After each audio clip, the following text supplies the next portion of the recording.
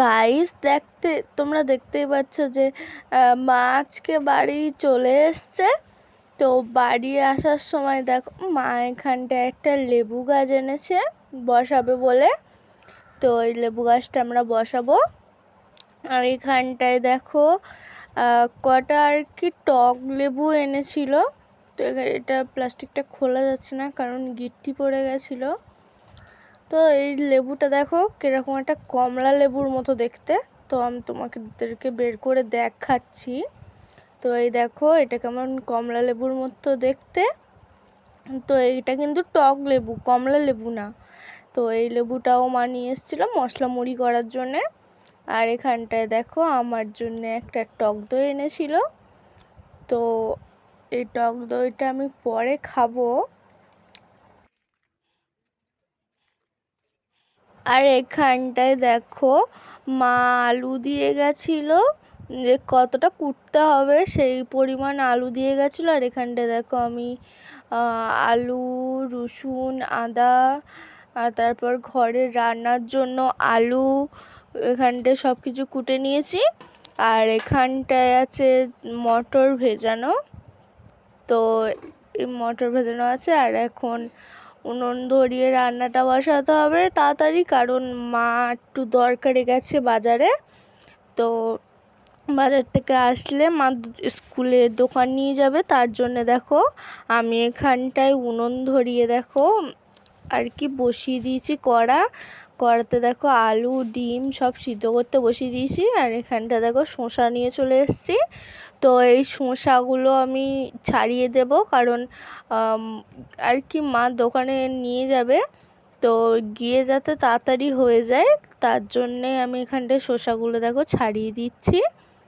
আর এখানটায় আমার শসা দেখো ছাড়ানো হয়ে গেছে। আর এখন আমি চলে যাচ্ছি দেখো মুড়ি ভরবো বলে ড্রামে। তো ড্রামে মুড়িটা কম ছিল, তো অত অল্প মুড়ি হতো না, তার জন্যে দেখো আমি এখানে ড্রাম নিয়ে চলে এসেছি। আর এখন আমি ঘরে চলে যাচ্ছি মুড়ির বস্তা নেওয়ার জন্য। তো এখন দেখো আমি মুড়ির বস্তা নিয়ে যাচ্ছি। তো মুড়ির বস্তা নিয়ে গিয়ে এবার আমি মুড়িটাকে ড্রামে ঢালবো। তো এখন দেখো আমি বস্তার মুখটা খুলে নিয়ে এখন আমি মুড়িটা দেখো আস্তে আস্তে এখানটা ঢেলে দিচ্ছি। তো এখানটায় তোমরা দেখতে পাচ্ছ যে আমার এখানটায় ড্রামে মুড়িটা ভর্তি করা হয়ে গেছে। আর এখানটায় দেখো আমি গ্লাসটাও মুড়ির ড্রামে রেখে দিলাম। তো এখানটায় দেখো গ্লাসটা রেখে দিয়ে আর আমি চাপা আটকে দিয়েছি। আর এখানটায় দেখো কতটা মুড়ি পড়ে গেছে ঢালতে গিয়ে। তো এবার আমি দেখো বস্তাটাকে ভালো করে মুখটা বেঁধে আর আমি ঘরে রেখে দিয়ে আসবো। তো বস্তার মুখটা বাঁধা হয়ে গেছে, এবার আমি দেখো ঘরে রাখার জন্য যাচ্ছি। এখন দেখো যেখানে ছিল সেখানেই আমি রেখে দিলাম জিনিসটা। রেখে দিয়ে এখন আমি যাবো রান্নাঘরে।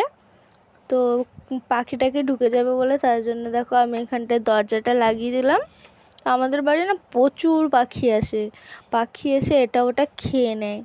তো তার জন্যে এখানটায় দরজা দিয়ে চলে এসেছি। আর এখানটায় দেখো আলুটা হালকা একটু সিদ্ধ হয়েছে।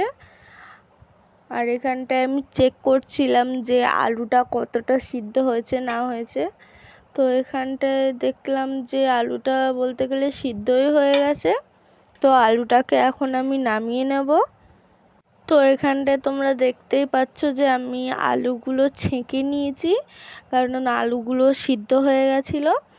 আর ওই পাশেও বলতে গেলে আলু যে বসিয়ে রাখছিলাম ওগুলো সিদ্ধ হয়ে গেছিলো। আর এখানটায় দেখো এই মটরগুলোর গরম জলে করে ভিজিয়ে রেখেছিল, তার জন্যে গরম ছিল বলে আমি দেখো এই ছাঁকনি দিয়ে ছেঁকে ছেঁকে আমি মটরগুলো আর কি গরম জলে দিয়ে দিচ্ছিলাম সিদ্ধ হওয়ার জন্য।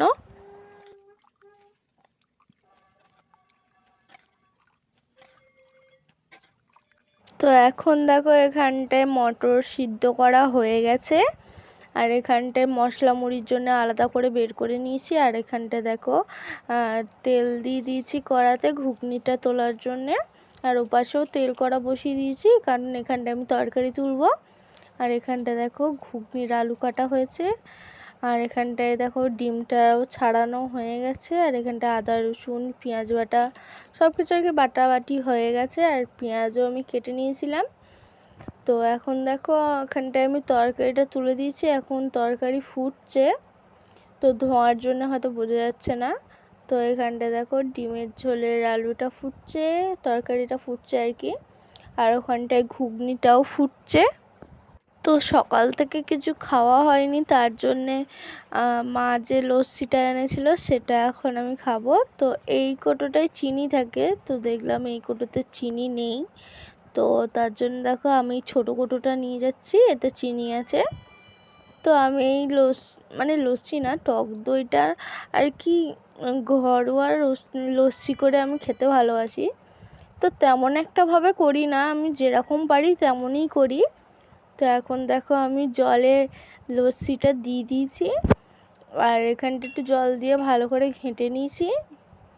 ঘেঁটে নিয়ে তারপরে এতে একটু চিনি আর একটু লবণ দিয়ে দেখো ভালো করে এখানটা আমি মিক্সড করে নিচ্ছি।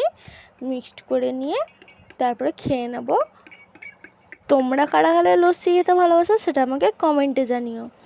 আর এখানটায় দেখো আমার আর কি ডিমের ঝোলটা রান্না হয়ে গেছে বলে, আর এখানটায় আমি ভাত বসিয়ে দিয়েছি, ওখানটায় এখনও তরকারিটা ফুটছে। তো এখানটায় দেখো আমি ডিমের ঝোলটা রেখে দিয়ে এখন আর কি চাপা লাগাতে হবে না, তো পাখি এসে খেয়ে নেবে। তো এখানটা দেখো আমি চাপাটা নিয়ে নিচ্ছি, চাপাটা নিয়ে এখন আমি দেখো আর কি ঢাকনাটা লাগিয়ে দেবো। তো বলতে গেলে আমার রান্না কমপ্লিট হয়ে গেছে। তো এখানটায় দেখো আমার রান্না হয়ে গেছে, কিন্তু মা আবার ভুল করে মাছ নিয়ে চলে আসছে, মনে করছে যে কোনো তরকারি রান্না করিনি। তো এখানটা দেখো সালফেট মাছ আর নেহেরে মাছ আর একটা কী মাছ সেটার নাম আমার ঠিক মনে নেই, তো এইগুলো আনছিল। তো এখন আমাকে আবার রান্না বসাতে হবে। তো এখানটা দেখো আমি কাঠকুটো দিয়ে দিচ্ছি উনুন ধরানোর জন্য, কারণ অনেকক্ষণ হয়ে গেছিলো, মানে কিছুটা দেরি হয়েছিল বলে তার জন্য উনুনটা লিভে গেছিলো। তো এখন দেখো আমি মাছটাকে ভেজে নিয়েছি, তো মাছটা ভেজে নিয়ে আর এখানটায় দেখো আমি তরকারিটা তুলে দিয়েছি।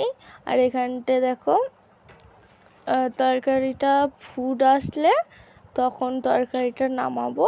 তো নেহেরে মাছ যেহেতু বেশিক্ষণ সিদ্ধ করতে লাগে না, তো তার জন্যে বেশিক্ষণ সিদ্ধ করব না। তো এখন দেখো আমার রান্না কমপ্লিট হয়ে গেছে। তো এখন দেখতেই পাচ্ছ যে একটাও মাছ কিন্তু ভাঙেনি। এই রেসিপিটা আমার চ্যানেলে দেওয়া আছে, চাইলে তোমরা দেখে নিতে পারো। তো এখানটায় দেখো বাটি নিয়ে চলে এসেছি, কারণ বাবার এখানটায় তরকারিটা আমি বেড়ে রেখে দেব।